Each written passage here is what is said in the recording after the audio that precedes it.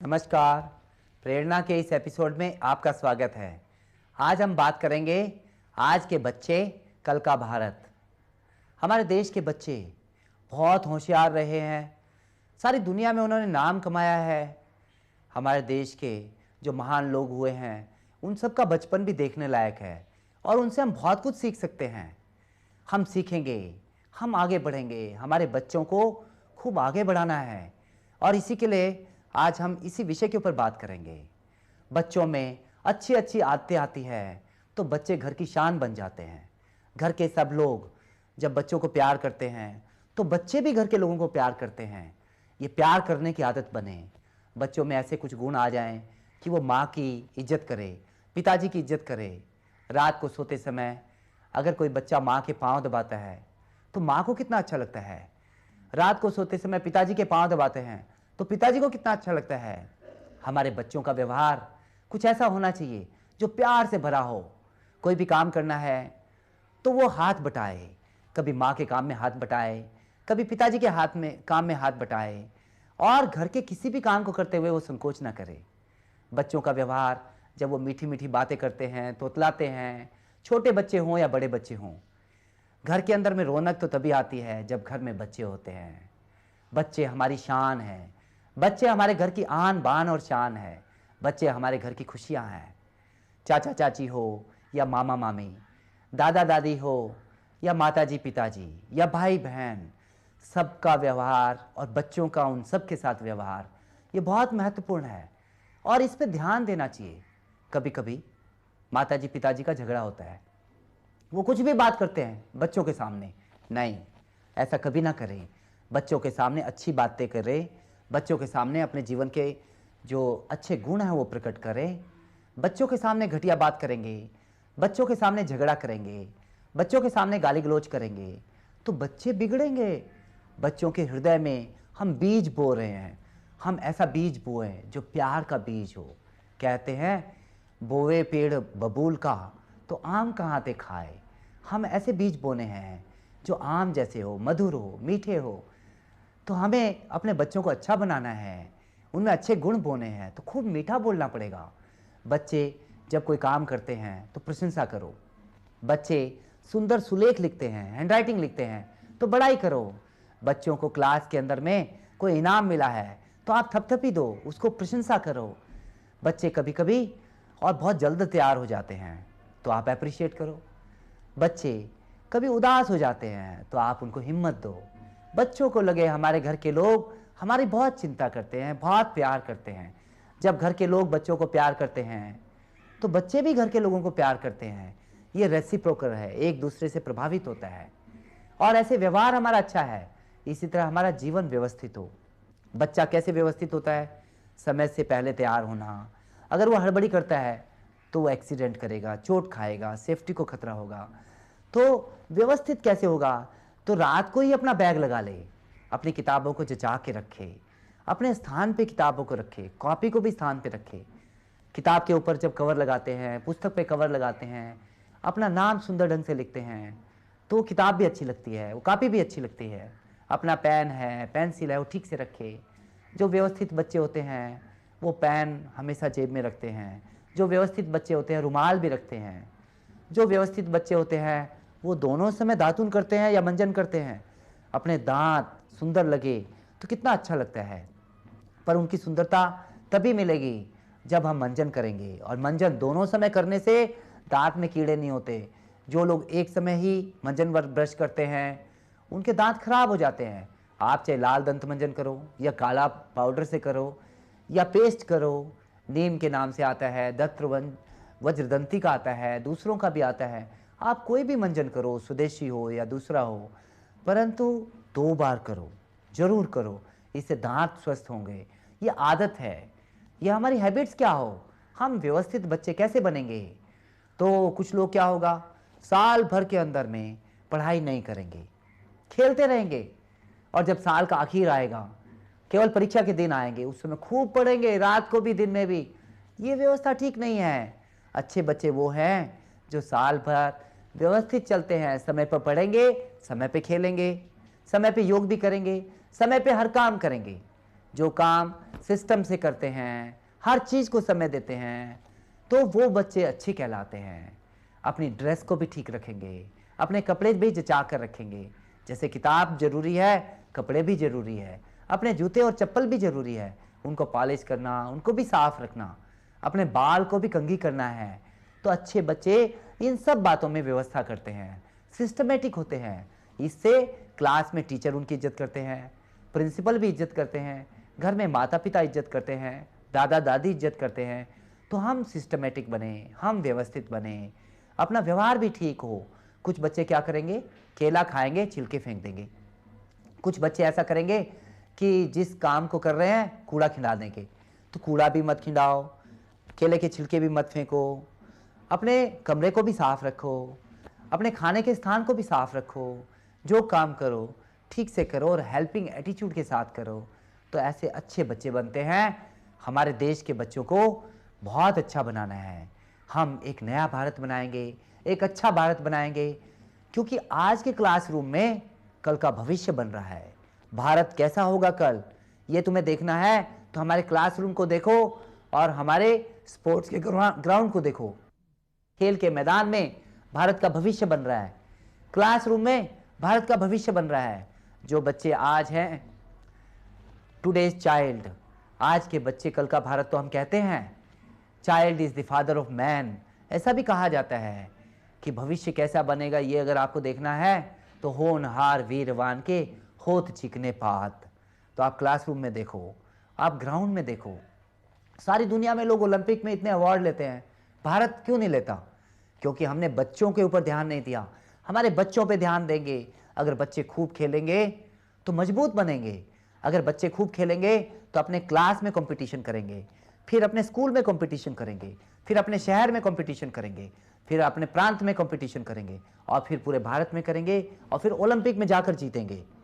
ये एक श्रृंखला है, कैसे बच्चे बढ़ते हैं, कैसे हम विजयी होते हैं। स्टेप बाय स्टेप हमें आगे बढ़ना है। हमारे भारत के बच्चों को खूब आगे लेकर जाना है। अपना देश आगे बढ़ेगा। हम बहुत पीछे रह गए हैं क्योंकि हम खेल के मैदान में पीछे हैं। हम बहुत पीछे रह गए हैं क्योंकि हम क्लासरूम में पीछे हैं। हमें खेल के मैदान में भी आगे जाना है, हमें क्लासरूम में भी जाना है आगे। तो हमारा देश हर तरह से आगे बढ़ेगा। स्कूल के बच्चे अच्छे हों, ये तो सब चाहते हैं, पर कॉलेज में भी तो अच्छा चाहिए। अगर हमारे कॉलेज का वातावरण घटिया रहेगा, अगर कॉलेज 365 दिन में अगर केवल 100 दिन चलेगा, अगर 10 घंटे काम करने चाहिए जवान आदमी को, अगर 2 ही घंटे काम करेंगे तो ये कॉलेज कैसा होगा? काम चोर हमें पैदा नहीं करने हैं। हमारे नौजवान होनहार खूब प्रखर काम करेंगे। हमारे जवान बच्चे जो कॉलेज में भी जाते हैं वो भी जैसे स्कूल के बच्चे मेहनत करते हैं कॉलेज के बच्चे भी मेहनत करेंगे। ऐसा उन बच्चों ने निश्चय करना पड़ेगा, ऐसा प्रोफेसर्स ने निश्चय करना पड़ेगा, ऐसा हर प्रिंसिपल ने निश्चय करने का पड़ेगा और शिक्षा से जुड़े हुए हर आदमी ने इसके बारे में सोचना पड़ेगा। हमारा भविष्य हमारे हाथ में है। हम अगर पढ़ेंगे तो लिखेंगे, पढ़ेंगे तो बनेंगे कामयाब। ये मन में हर स्कूल के बच्चे को, हर कॉलेज के बच्चे को करना पड़ेगा, हर माँ बाप को करना पड़ेगा, हर शिक्षा से जुड़े हुए टीचर और प्रिंसिपल और कॉलेज के व्यक्ति को सोचना पड़ेगा, प्रोफेसर को सोचना पड़ेगा। अपना देश खेल में भी आगे बढ़ेगा और योग में भी। योग क्यों जरूरी है? कहते हैं योग भगाए रोग। स्वस्थ दिमाग में ही स्वस्थ बुद्धि वास कर सकती है और स्वास्थ्य चाहिए तो योग चाहिए। जैसे मैंने खेलों का महत्व बनाया, खेलो खेल बनो निरोग, वैसे ही योग करने से सर्वांगासन करेंगे सभी अंगों का आसन है। ऐसे ही सूर्य नमस्कार करेंगे सभी अंगों का आसन है। सूर्य के समान प्रतिभा होगी, अंधकार भाग जाएगा, भुजाओं में अपार शक्ति आएगी। तो हमारे बच्चों में ऐसी अपार शक्ति चाहिए। अपना देश खूब आगे बढ़ाना है। इसके लिए विद्यार्थी पंचलक्षणम काक चेष्टा बको ध्यानम स्वान निद्रा तथैव चै अल्पाहारी गृह त्यागी विद्यार्थी पंचलक्षणम। कौवा क्या करता है? अलर्ट रहता है। कौवे को पकड़ना चाहो नहीं पकड़ सकते क्योंकि जागरूक है। हमारा विद्यार्थी भी जागरूक चाहिए, कौवे की तरह है। कौवा बुद्धिमान होता है। आपने कहानी सुनी होगी कि एक जंगल के अंदर में उसको प्यास लगी, वहां पे घड़ा भी था, उसमें थोड़ा पानी भी था, कंकड़ भी पड़े थे, लेकिन वो पानी के अंदर में उसका मुंह नहीं जा रहा था, तो कैसे पानी को ऊपर लाएंगे? उसका दिमाग बहुत तेज है, बुद्धिमान है। उसने कंकड़ को डालते चले गया और कंकड़ डालते डालते और वो घड़ा भर गया, और जब घड़ा भर गया तो वो मुंह से उसका पानी नजदीक आ गया, पानी पी लिया। तो कौवे में बहुत बुद्धि है। तो हमारे देश के बच्चों को कौवे से सीखना चाहिए, उसकी चेष्टा कैसी होनी चाहिए, काक चेष्टा। तो अलर्ट भी रहना चाहिए। कोई कौवे को पकड़ना चाहे नहीं पकड़ सकता, क्योंकि वो स्मार्ट और अलर्ट है। हमारे देश में आज आतंकवाद है, हमारे देश में अनेक तरह के खतरे हैं, अंदर से भी खतरे हैं, बाहर से भी खतरे हैं। हमारे देश को अगर प्रभावी होना है तो हमें अलर्ट होना पड़ेगा। अलर्ट कैसे होंगे? तो हमें सीखना पड़ेगा काक चेष्टा और बको ध्यानम। बगुला बड़ा ध्यान लगाता है। तो ध्यान क्यों लगाना? स्वामी विवेकानंद इतना ध्यान करते थे कि इतने बुद्धिमान बने कि अमेरिका तक के लोग कहते थे कि दुनिया में इतना बुद्धिमान आदमी कोई नहीं। तो ये बुद्धि कहाँ से आई? ध्यान करने से आई। हमारे देश के अंदर में इतने बड़े बड़े लोग हो गए, वो ऋषि मुनि भी होते थे, वो बहुत ध्यान करते थे। तो आज के ज़माने में भी कंसंट्रेशन और मेडिटेशन का बड़ा महत्व है, विपश्यना भी लोग करते हैं। तो ये ध्यान की शक्ति की सारी दुनिया में डिमांड है। अमेरिका के लोग, इंग्लैंड के लोग, जर्मनी के लोग ध्यान करते हैं, जापान के लोग भी ध्यान करते हैं, और ध्यान करने से उनको लगा कि उनकी यादगार की शक्ति बढ़ती है। हमारे बच्चों की यादगार तेज हो, इसके लिए ज़रूरी है कि वो खूब ध्यान करे। स्वामी विवेकानंद एक बार ध्यान कर रहे थे, सांप भी आ गए तो डरे नहीं। कभी कभी ध्यान में हम बैठे होते हैं और सामने से कोई जा रहा है, हमें पता भी नहीं चलता।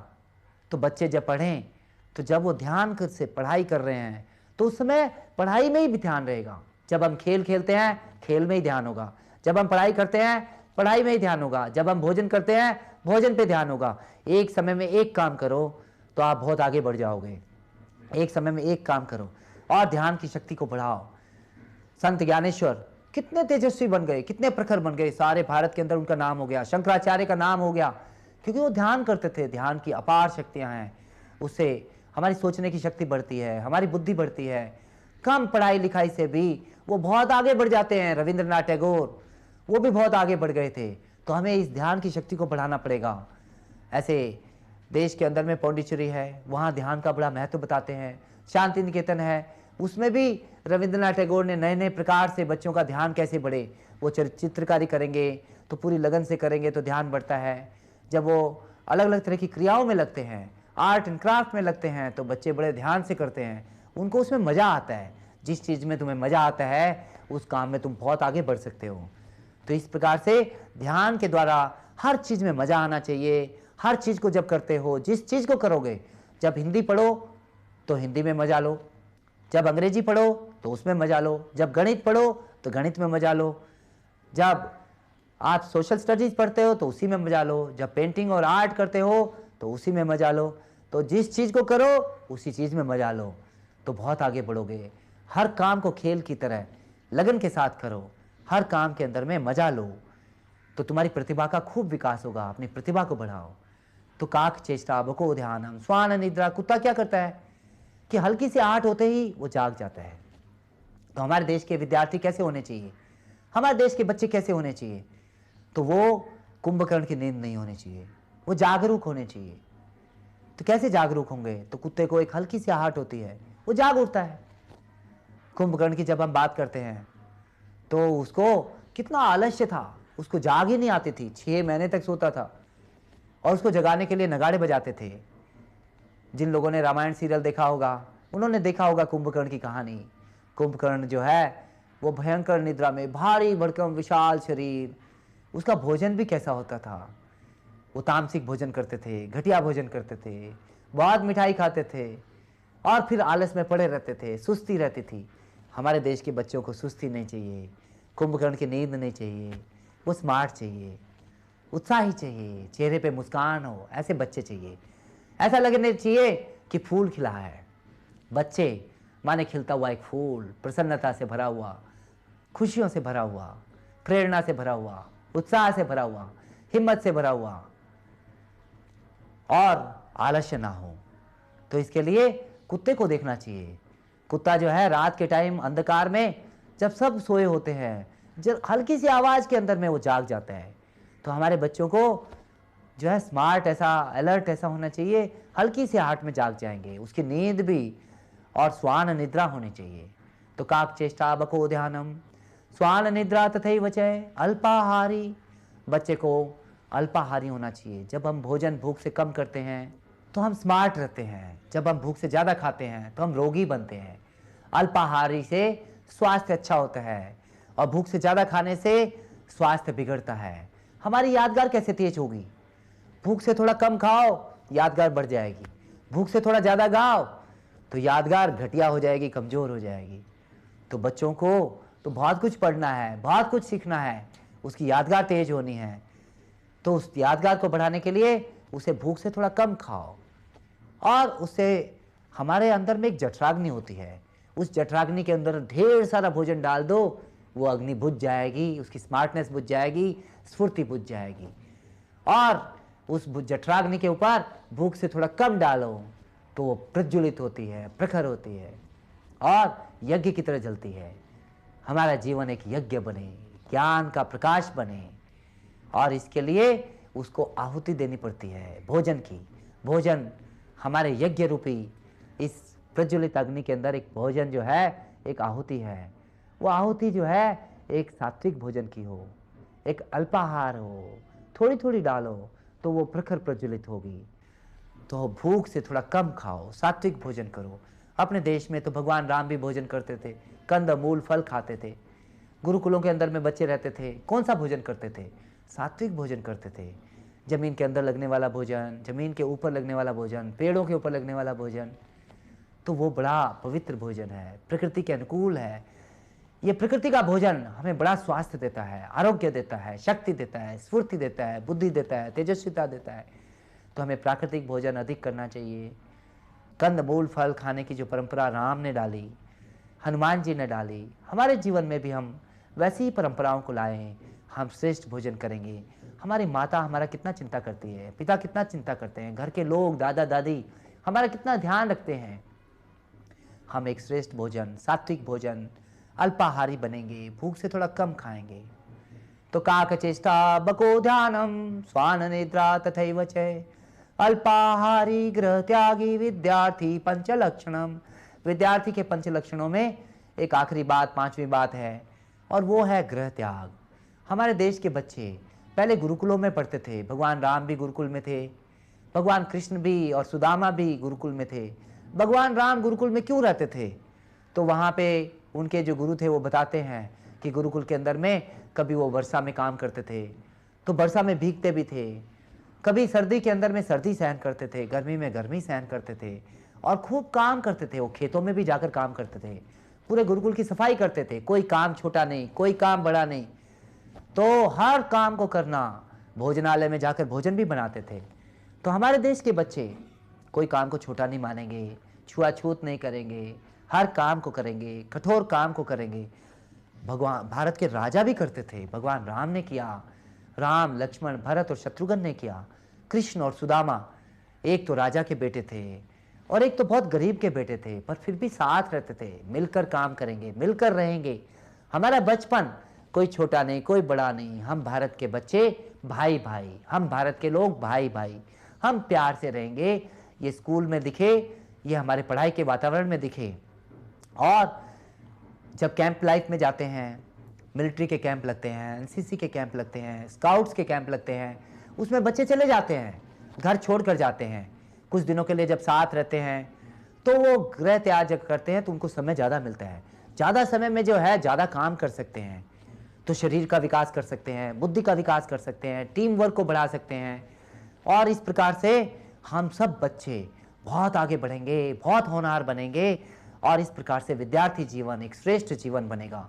जल्दी सोएं, जल्दी जागें, हो दुनिया में सबसे आगे। हमारे भारत के बच्चे सबसे आगे होंगे, वो चाहे हॉस्टल में रहें चाहे घर पे रहें। एनडीए में भी बच्चे जाते हैं, वहाँ तो मिलिट्री की ट्रेनिंग भी होती है, फौजी ट्रेनिंग भी होती है।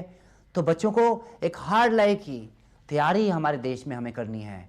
हमारे बच्चों को खूब आगे बढ़ाना है और इसके लिए उनको पुस्तकालय, एक छोटा सा पुस्तकालय अपने घर में रखना चाहिए। घर के अंदर में किताबें रहती है, कभी गीता प्रेस की किताब होगी, ऐसे महिलाओं के लिए, लड़कियों के लिए भी होती है आदर्श नारी सुशीला, और तरह तरह की पुस्तकें रहती हैं। वो पुस्तकें भी, अच्छी किताबें हमारे अच्छे मित्र हैं। तो ये भी हमें काम में लेना है। तो हमें अपने बच्चों को आगे बढ़ाने के लिए और क्या करना पड़ेगा? तो उनको अर्जुन का उदाहरण बताना पड़ेगा। अर्जुन जो है जब निशाना लगाने के लिए लगे तो बड़े एकाग्र थे। सबने कहा तुम पेड़ देख रहे हो, तुम हमें भी देख रहे हो। उन्होंने कहा नहीं, मुझे पेड़ भी नहीं दिख रहे, कुछ भी नहीं दिख रहा, मुझे तो जो निशाना जहां लगा रहा हूं केवल वही दिख रहा है, चिड़िया, और उसकी भी केवल आंख दिख रही है। तो जो अच्छे बच्चे होते हैं वो अर्जुन की तरह बनते हैं, वो अभिमन्यु की तरह बनते हैं, वो तेजस्वी बनते हैं, इसलिए वो आगे बढ़ते हैं। ऐसे भावराव जी ने, वो बनारस में पढ़ते थे, एक विद्यार्थी थे, बनारस में चले गए तो उनकी क्लास के अंदर में देखा उन्होंने सभी बच्चे बहुत कमजोर हैं। उन्होंने निश्चय बनाया कि टीचर तो पढ़ाते हैं, मैं भी मदद करूंगा। तो जो थर्ड क्लास थे उन बच्चों को वो फ्री टाइम में पढ़ाते थे, तो इससे उनकी पढ़ाई भी होशियार होते थे, वो खुद भी होशियार बने और बच्चों को भी पढ़ाते थे। जो बच्चे सबसे कमजोर थे उन्होंने एक निश्चय बनाया, जीरो ग्रुप बनाया कि जीरो टू हीरो, सबसे कमजोर बच्चों को सबसे आगे ले जाऊंगा। तो भावराव ने उन सबसे कमजोर बच्चों को बहुत आगे बढ़ाया। ऐसे पाणिनि की कहानी है, किसी ने कहा, ज्योतिष ने उनकी उंगलियां देखी और हाथ देखा, हथेली, उन्होंने कहा तेरी हथेली में कुछ नहीं है, तू तो महाबुद्धू बनेगा। पाणिनि ने कहा कैसे बनूंगा, मैं देखता हूं। उन्होंने चाकू से अपनी रेखा लंबी खींच दी, बुद्धि की रेखा को तेज किया और वो कुएं के पास गए। वहां पे लोग पानी भर रहे थे और घड़े जहां रखते हैं वहां पे गड्ढा देखा। उन्होंने कहा कि मिट्टी के घड़े से अगर पत्थर में निशान बन सकते हैं तो मैं तो मनुष्य हूं, मैं अभ्यास करूंगा तो मैं भी आगे बढ़ूंगा। हमारे बच्चों को प्रेरणा लेनी पड़ेगी, करत करत अभ्यास के जड़मती होत सुजान, रस्सी आवत जात के सिल पर पड़त निशान। तो अपने देश के बच्चों को खूब आगे बढ़ाना है, हमारे देश के बच्चों को खूब आगे बढ़ाना है। और इसके लिए जो है उनको कभी कभी वो टेलीविजन के प्रोग्राम भी देखते हैं। तो टेलीविजन के कौन से प्रोग्राम देखने, अच्छे प्रोग्राम देखो। कभी कभी रामायण आती है, सीरियल आती है, उसको देखते हैं, कितनी प्रेरणा मिलती है, कितना जोश आता है। स्पोर्ट्स के प्रोग्राम देखो तो हम खेलने में आगे बढ़ेंगे, ये निश्चय बनता है। हमारे बच्चों को जल्दी सोना, जल्दी उठना, जल्दी सोएं, जल्दी उठें, हो दुनिया में हम सबसे आगे, early to bed early to rise, makes a man healthy wealthy and wise. अपने भारत को आगे ले जाने वाले ये बच्चे सचमुच एक दिन भारत का नाम रोशन करेंगे।